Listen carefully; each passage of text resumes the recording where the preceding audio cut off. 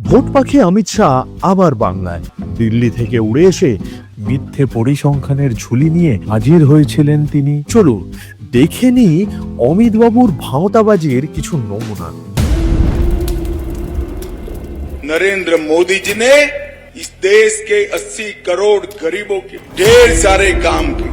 4 करोड़ लोगों को घर दिया, 10 करोड़ लोगों को उज्ज्वला का कनेक्शन दिया और 14 करोड़ लोगों को नल से जल देने का काम नरेंद्र मोदी। মোদী সরকার পরিকল্পিতভাবে বাংলার প্রাপ্য 24,275 কোটি টাকা আটকে রেখে 12 লক্ষ পরিবারকে ঘরহারা করেছে।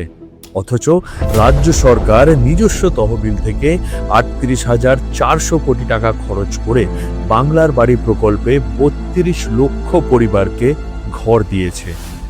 বিজেপি এলপিজিতে ভর্তুকি তুলে দেওয়ায় 414 টাকার সিলিন্ডার আজ 939 টাকা, অর্থাৎ মোদি জামানায় 127% বৃদ্ধি। এর ফলে 2025 অর্থবর্ষে 96 লক্ষ উজ্জ্বলা উপভোক্তা একটিও সিলিন্ডার রিফিল করার সামর্থ্য হারিয়েছেন। বাংলার জল জীবন মিশনের 2524.99 কোটি টাকা কেন্দ্র আটকে রেখেছে, আর প্রকল্পের বোঝা চাপিয়ে দিয়েছে বাংলার ঘাড়ে।